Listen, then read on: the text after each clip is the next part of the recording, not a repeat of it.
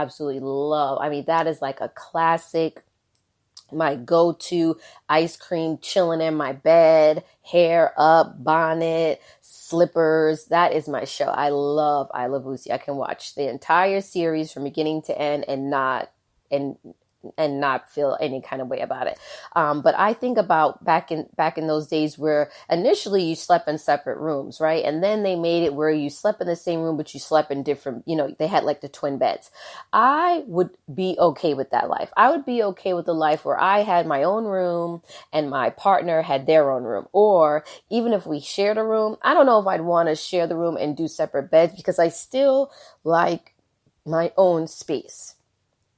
I'm a little bit of a neat freak, and I don't seem to date anyone who's a neat freak, but I like things in order. I like things planned out, things like that I just kind of like. So I'm okay with having my own, and you're having your own. Can we be neighbors? Can I visit you? You visit me? No, obviously that's not what anybody wants, but it's something that I would be perfectly okay with. And I was talking about it with my best friend, and she's like, this doesn't make any sense. And who's going to want that? I don't think I'm the only person out there in the world who wants that. I just think we're so stuck on what society says that we have to do. Oh, society says you have to be married. Oh, society says you should live with the person you're with. You should share a room. This should be your best friend. That you should want to do all this stuff together. But what if I don't want to do all of this stuff together? What if I'm perfectly okay with you being over there and me being over here, and we meet up, we have sex, we go on a vacation here or there, and then I don't see you for a week. And I know it's odd, and no, I'm not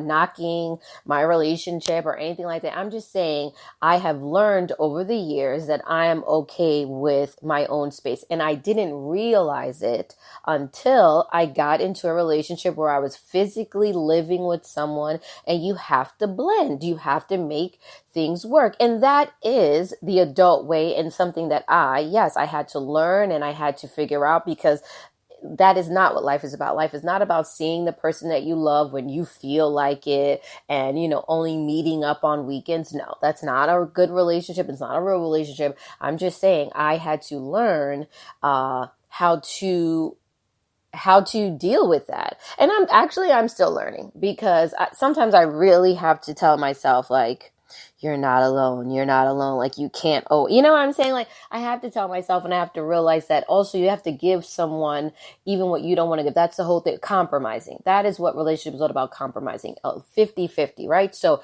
I am someone who likes her own space, who likes her own time, and needs it. I need it to function good in a relationship. I need you to give me a moment. You know what I'm saying? I don't be all about me. So the person I'm with has to understand that, and they have to draw some type of a line that says, okay, I can't be this clingy, overbearing person, because that's going to push me away. But then I also have to learn that I can't be this, don't give me a kiss, don't touch me, don't cuddle, don't do this, because that could also push the person that I want to be with away. I have to be able to, hold their hand, let them know that I love them, and not assume that they know. You have to tell them, you have to hold them, you have to kiss them, you have to give them intimacy. And that is something I struggle with, because it's not something I need. I absolutely hate cuddling. And even when it comes to sex, I'm all for the deed. Get it done. Ooh, enjoy it. Let it be the best sex of your life. And then after that, I'm gonna need you to separate. I'm gonna need you to give me my space. And you know what? Can I be honest? Out of my 35 years, well, not 35 years, because I've not been dating for 35 years. I'm just saying for whenever, because I had my first real boyfriend when I was about 16 going on 17 years old, right?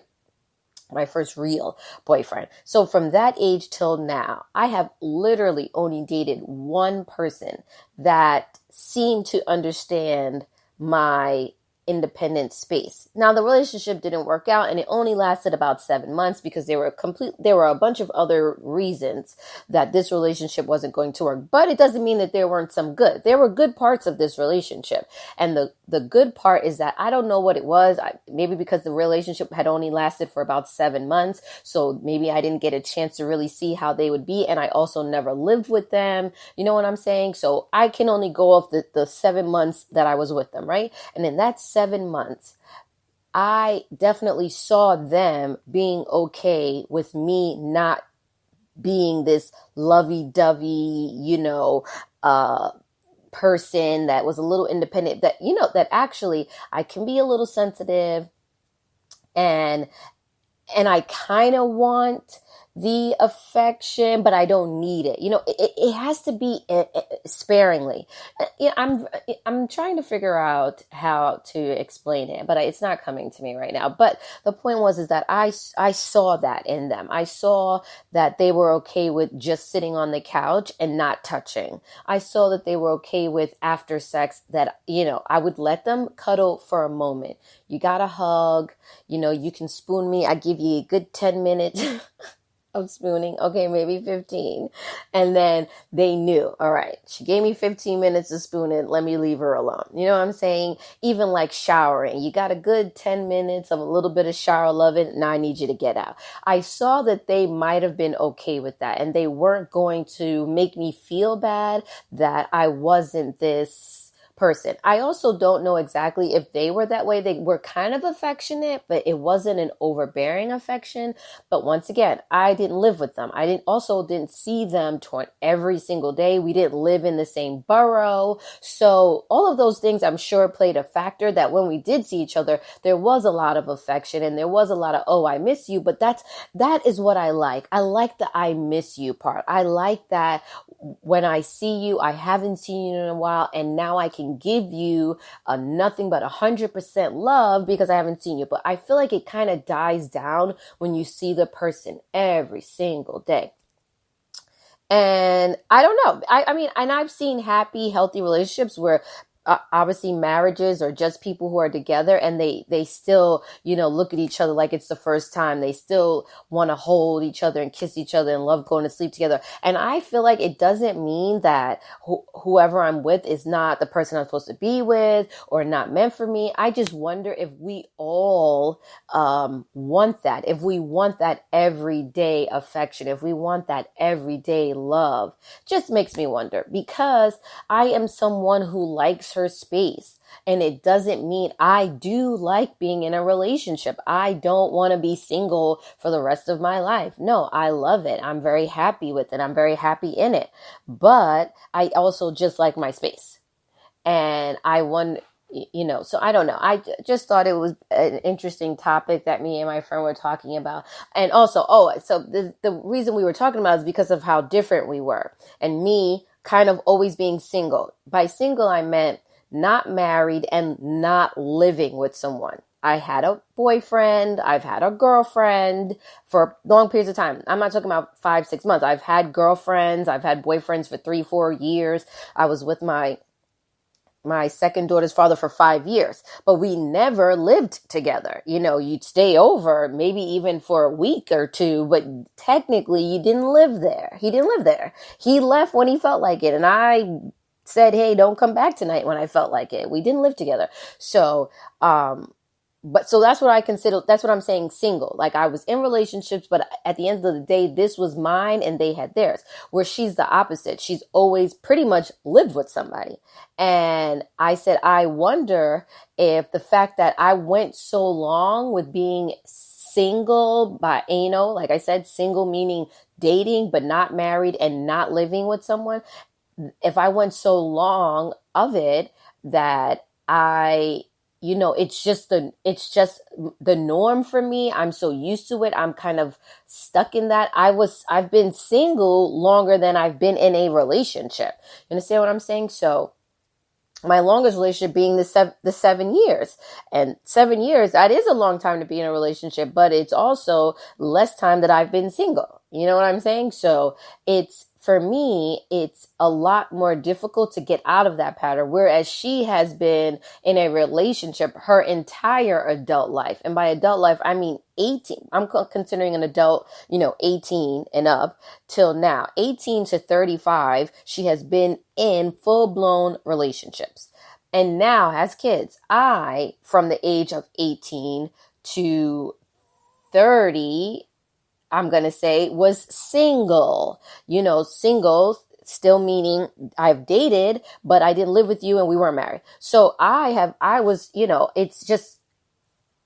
was just the norm, where it's not the norm for her. So I was just saying, I wonder if that is why people stay in a relationship, or you don't know what it is to be by yourself. You don't know what it is to just be at home and it just be you. You don't know what it is to, have your own space, because you've always had to share with somebody. And I don't consider sharing my home with my kids the same thing, because once again, like I said, my kids eventually got their own identities. You know what I'm saying? They're not with me every single moment. I don't wake up in the bed next to them. You know what I'm saying? I don't eat dinner with them every night. Some nights they just want to eat dinner in their room. Yes, we have family time, but sometimes they just want their own space, and I give it to them.